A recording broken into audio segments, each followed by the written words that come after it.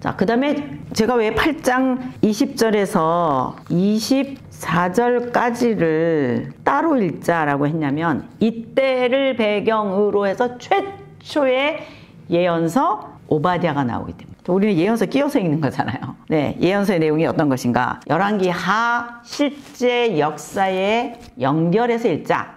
그게 우리의 작전인데, 요 순간인가요? 요 순간. 그래서 따로 끊어냈습니다. 그러니까 8장 20절에서 24절, 여기 20절에 있는 내용처럼 에돔이 유다한테 반기를 들고 자기들의 왕을 따로 세우면서 조공도 안 바치고, 네, 이런 상황을 배경으로 해서 여호람 왕 때, 네, 남유다의 여호람 왕 때 배경으로 해서 나온 책은 오바댜를 읽자, 그런 내용입니다.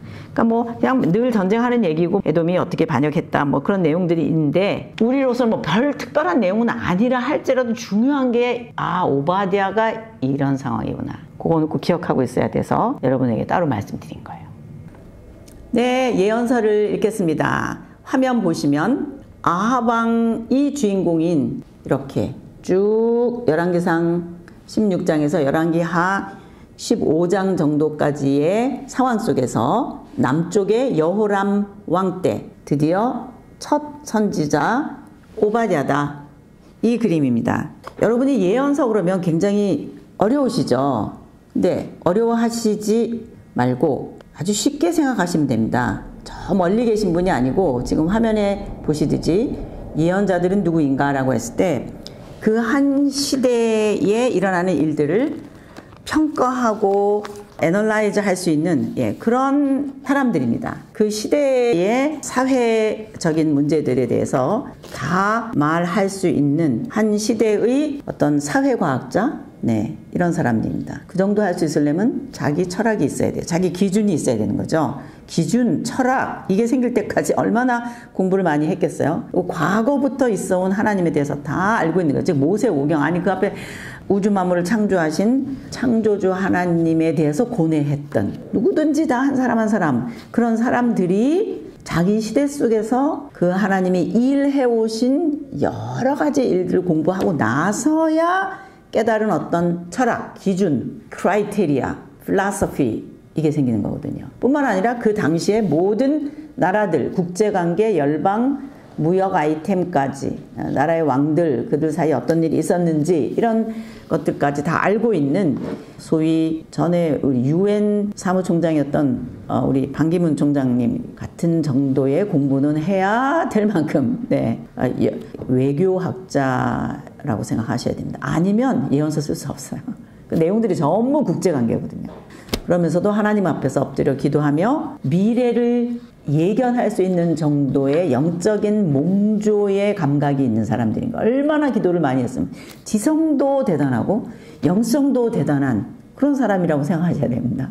무당 굿하듯이 막 자기는 없어지고 무화경대에서 막 하는 이방 신들과 접속해서 강신무라고 하죠. 무당도 신이 임해가지고 막 뭔가를 예언하는 정도의 분이 아니고, 우리 성경에 얘기하고 있는 예언자들은 이런 분이다, 그렇게 생각하셔야 됩니다. 그리고 그 시대 청중들에게 설교할 수 있고 이해하도록 이끌어가는 리더이며, 나중에는 그것을 글로 쓸 수 있는 문필가입니다. 그럴 뿐만 아니라 그걸 수사학적으로 시처럼 풀어내는 거거든요. 진술하는 형식이 아니기 때문에 더 요약해가지고 시적으로 표현하는, 노래로 표현해서 오 하나님이 나에게 이렇게 말씀하시다, 이렇게 드러내는 것이기 때문에 정말 다양한 모든 한 시대의 학문적 요소와 영적인 요소를 다 함유하고 있는 그런 존재입니다. 왕이 하나님의 왕권을 드러내지 못하고 있는 성경의 왕정시대에 그 왕과 함께 이제는 하나님이 소통해야 되는 사람이 반드시 있어야 돼서 그 사람을 통해 하나님이 하시고 싶은 말씀을 하시는구나. 그 사람이 예언자다. 기록으로 남긴 첫 예언자 오바댜예요. 그래서 여러분이 오바댜서 1장 보면 에돔에게 하신 말씀이다 라고 되어 있어요. 1장 딱 한 장인데요. 그냥 내용은 간단하구나. 망한다, 심판이야. 예언서는 전쟁을 했을 경우 이기냐 지냐 라고 하는 국제관계의 어떤 끝 심판이에요. 그런 면에서 볼 때 예언서 내용은 승리냐 패배냐 딱 그 두 마디구나. 그래서 승리의 패턴의 노래들, 멸망한다라고 하는 패턴의 노래들, 그 내용들이 시적으로 들어있구나. 그냥 제일 간단하게 그렇게 생각하고 오늘 에돔에게 오바댜가 외치는 한 장의 예언서를 처음으로 이해하면서 읽으시면 좋겠습니다. 자, 이제 열왕기하 8장 25절부터 9장까지를 한번 보겠는데요. 우리가 여호람 왕을 배경으로 해서 오바댜를 읽었는데 바로 그 근처에 2절 정도 위에 올라가면 아합의 집이라고 하는 말이 나와요. 그런데 오늘 읽는 27절에도 보면 아합의 길로 갔다. 아합 가문과 같았다. 아합의 집과 다르지 않아. 라고 하는 내용이 있어요. 뭐가? 여호람의 아들 아하시아가 왕이 되었는데 남유다인데 지금 아하시아를 읽으려고 그러는데 그게 25절인데 역시 아합의 길이다. 와, 그럼 우리가 열왕기상 16장에서부터 아합, 엘리야 이야기를 읽었는데 아직까지도 아합이 주인공이네. 아, 맞구나. 성경은 말해주려고 하는 것이 왜 결국 유다나 북이스라엘이 멸망했는가? 그 망하게 된 이유를 말하려고 하는 거라 그랬는데 계속 주인공으로 나타나는 사람이 아합 가문이구나. 그렇게 생각하면서는 이해가 되니까 읽을 수 있겠죠. 왔다 갔다 해도 그거 하나 붙들고 있으면 될 거예요.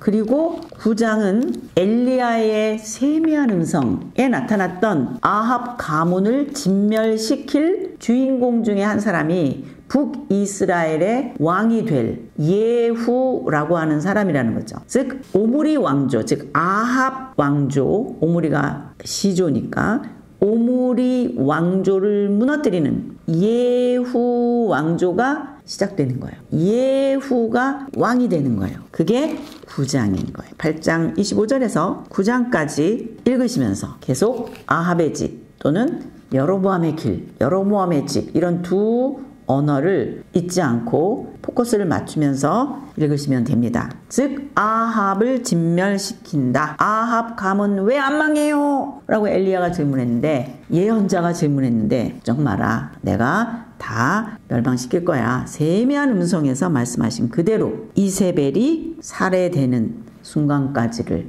읽으시는 겁니다. 와, 성경 대단하죠? 왜 망했냐? 바알과 아세라 때문에.